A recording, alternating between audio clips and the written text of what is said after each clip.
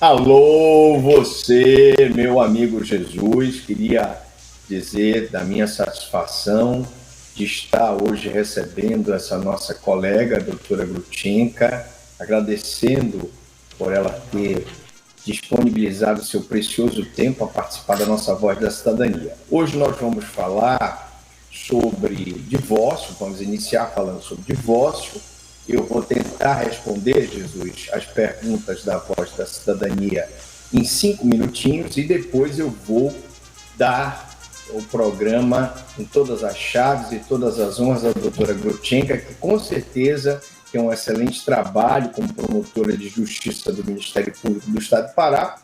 E você, meu amigo telespectador da TV Web Cidade, deve estar se perguntando, afinal de contas, o que a doutora Grutinka tem para nos dizer. Então, eu vou começar a nossa Voz da Cidadania, sem mais delongas, respondendo as perguntas que ficaram aqui. A primeira pergunta é: o que é divórcio? Bom, meu amigo ou minha amiga telespectadora, o divórcio ele é o término do casamento determinado pela justiça, a partir de um pedido de um ou de ambos os cônjuges, por um acordo do casal ou feito em cartório, sem interferência do juiz, que é chamado o divórcio extrajudicial. A outra pergunta que me colocaram foi: doutor Franklin, um marido ou a mulher que pede divórcio, o outro pode impedir e dizer que não quer dar o divórcio? Não pode. Basta que o homem ou a mulher queira pedir o divórcio para que a justiça determine. A outra pergunta, Jesus: existe prazo para que o marido ou a mulher peça o divórcio? Não. A lei exigia antigamente o prazo, mas atualmente não se exige mais nenhum prazo para me divorciar. Então, doutor Franklin, eu tenho apenas 3 meses de casado e quero me divorciar. Não tem problema nenhum, pode se divorciar. Não existe prazo mais. Para conseguir o divórcio, é preciso que o marido ou a mulher prove a separação? Foi culpa do outro? Também não precisa mais ter aquela questão de que a separação foi culpa do fulano, foi culpa da Beltrana. Basta que haja o desejo de se divorciar. Outra questão: marido e mulher podem pedir juntos o divórcio? Sim. O pedido de divórcio pode ser em conjunto e ele é chamado de divórcio consensual, em que o casal precisa definir algumas questões, por exemplo, guarda e pensão dos filhos, quem vai ficar com a guarda dos filhos, quanto é que vai ser o valor da pensão, a divisão dos bens do casal, se você casou sob regime de comunhão parcial de bens, aquilo que foi constituído no casamento você vai ter que dividir, a questão da pensão do homem, se o homem vai pensionar a mulher ou se a mulher vai pensionar o homem, e o uso do nome, se a pessoa vai voltar a usar o nome de solteira. Outra questão é: o divórcio pode ser realizado somente na justiça? Nós falamos no início da Voz da Cidadania que se há o acordo e o casal está de acordo com o divórcio, não tem filhos, esses filhos são maiores ou não têm bens, eles podem fazer o divórcio em cartório sem a necessidade da justiça. E o que é preciso, doutor Franklin, para fazer o divórcio extrajudicial, esse lá em cartório? Primeiro, a necessidade do acompanhamento por advogado, devendo ser apresentada a certidão de casamento, os documentos, e conforme o caso, são exigidos documentos como pacto antinupcial, para ver o regime de bens, certidão de nascimento dos filhos para provar que já são maiores, e a documentação de bens, que não existe mais nada a ser dividido. E agora, eu, com toda a honra, passo a palavra à doutora Grutinka Oliveira, essa grande promotora de justiça, que tem muito a nos falar sobre o seu trabalho. Minha colega, a Voz da Cidadania é sua. Bom, em primeiro lugar, eu gostaria de agradecer o espaço, que está sendo dado ao Ministério Público por este programa. Ao meu colega que me convidou, agradeço de coração. E eu queria falar um pouco do que é o MP, e do nosso trabalho no interior. Porque eu acredito que no interior muita gente conhece a figura do juiz, muita gente conhece a figura do delegado, Mas ainda hoje tem muita gente no interior, nesse grande Brasil, que não conhece o trabalho no Ministério Público, o que significa o Ministério Público. Então, em primeiro lugar, é importante frisar que o Ministério Público ele é um órgão, uma instituição permanente, essencial à função jurisdicional do Estado, incumbindo da defesa da ordem jurídica, do regime democrático, e de todos os interesses difusos, coletivos e individuais homogêneos. O Ministério Público ele atua em diversas áreas. Eu, por exemplo, já sou promotora há 17 anos e, na maioria das vezes, atuei em interiores onde o Ministério Público nós tínhamos diversas atribuições, né? Atualmente, que eu estou em Abaetetuba, onde a gente tem promotorias especializadas, e eu atuo na segunda PJ de Abaetetuba, né? Que é a Promotoria de Justiça Civil e da Defesa dos Direitos Constitucionais Fundamentais. Então, lá a gente atua, por exemplo, a família, sucessão, registros públicos, na defesa dos direitos da saúde, da educação e todos os direitos constitucionais. Então, na verdade, é uma promotoria com atribuição ampla, uma vez que a gente, na verdade, tem como base, a nossa base legal é a Constituição, né? Então, todas as matérias, querendo ou não, acabam desaguando na minha promotoria, né, doutor Franklin? E aí, a gente desenvolveu um trabalho muito, assim, eu estou há 4 anos e cheguei lá num momento muito difícil, que eu cheguei em junho de 2020, no meio da pandemia. Então, a gente teve, naquela época, diversos desafios que a gente teve que enfrentar num momento, assim, nunca visto, né? Pelo menos não na nossa geração e nas anteriores, né? Porque a gente teve, no século passado, a situação da gripe espanhola, mas uma doença como a Covid, nós, e nem nossos avós ou pais, provavelmente não viveram. Então, eu cheguei naquele momento em que a educação, a gente teve que reformular muita coisa na nossa vida, inclusive a educação. Então, a gente teve que inovar na área da educação.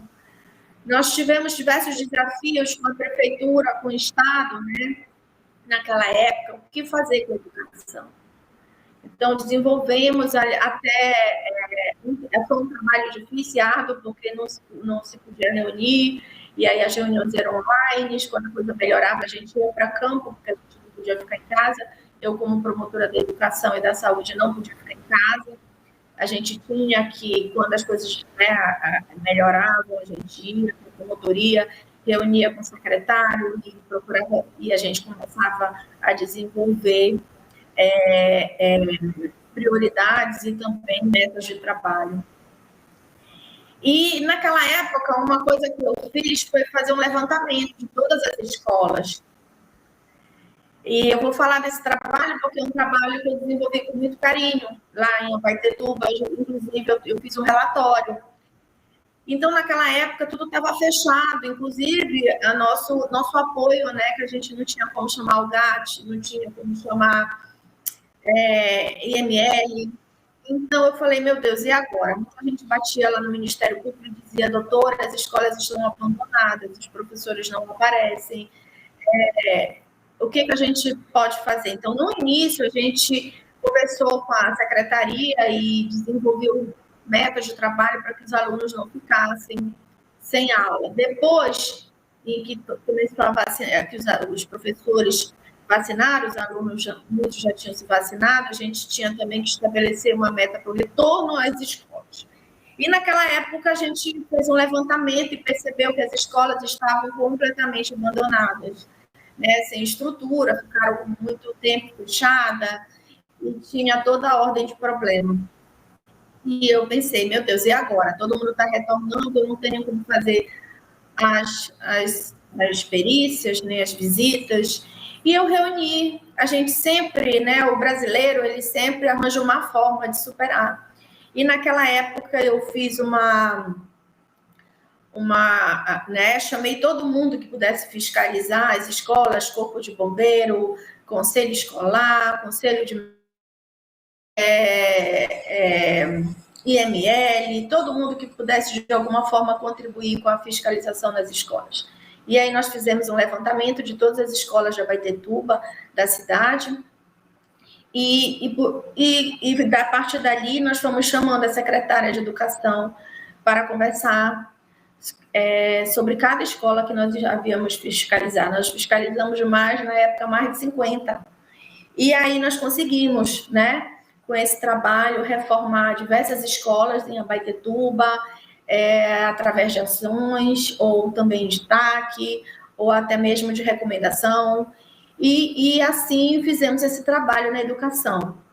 Mas o trabalho do MP, isso é só uma ponta, né, do trabalho do Ministério Público, porque, na verdade, o Ministério Público, ele está ali de portas abertas para atender a população nos diversos ramos, educação, saúde, muitas vezes no interior, as defensoria batem na sala do MP para saber, inclusive, informações de como se divorciar com o Dr. Franklin antes, né? E o Ministério Público é isso. O Ministério Público é a casa de todos os cidadãos, é a casa que está sempre de portas abertas para que todos possam chegar e encontrar os seus problemas, suas demandas e a gente está sempre pronto para ajudar em todos os sentidos. É assim que eu trabalho e vejo o MP, nós somos funcionários do povo, né, trabalhamos para o povo, e todos nós que estamos aqui tivemos um sonho e a gente, né, Franklin, a gente atua de forma muito carinhosa, apaixonada, por todos que nos procuram, seja na área criminal, seja na área civil, seja na área da educação, seja na área da saúde e nos diversos ramos que é de atribuição do Ministério Público. Oi. Muito obrigado mais uma vez, doutora. Muito obrigado, doutor Frank. Essa maestria que a senhora tem juntamente com o Dr. Franklin, né?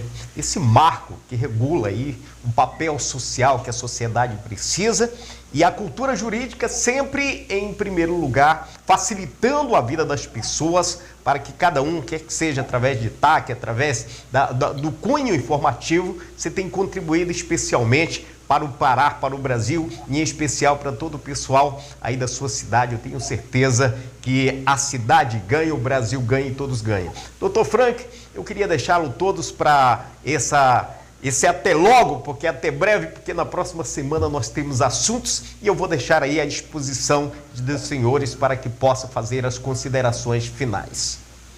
Bom, em primeiro lugar, eu quero agradecer a você, Jesus, e a TV Web Cidade por mais essa oportunidade que foi dada ao Ministério Público. Agradecer a minha colega, a doutora Grutchenka, pela participação e dizer que no próximo programa A Voz da Cidadania, nós continuaremos falando sobre essa questão do divórcio e você pode mandar a sua pergunta, né? O 98455-2557, 98455-2557. Passo às considerações finais da doutora Grutchenka. Eu gostaria de agradecer imensamente o espaço dado por este programa e o convite feito pelo meu querido colega Franklin, que desenvolve esse trabalho maravilhoso, né, que é de fazer com que a população entenda e escute o Ministério Público. Obrigada pelo convite, doutor. Muito obrigado, doutor Frank, muito obrigado, doutora. Assim nós terminamos o Voz da Cidadania mais uma vez e agradecendo a todos os nossos telespectadores que com certeza fazem a diferença. Eu vou para um pequeno intervalo e eu já volto trazendo muito mais informação para você.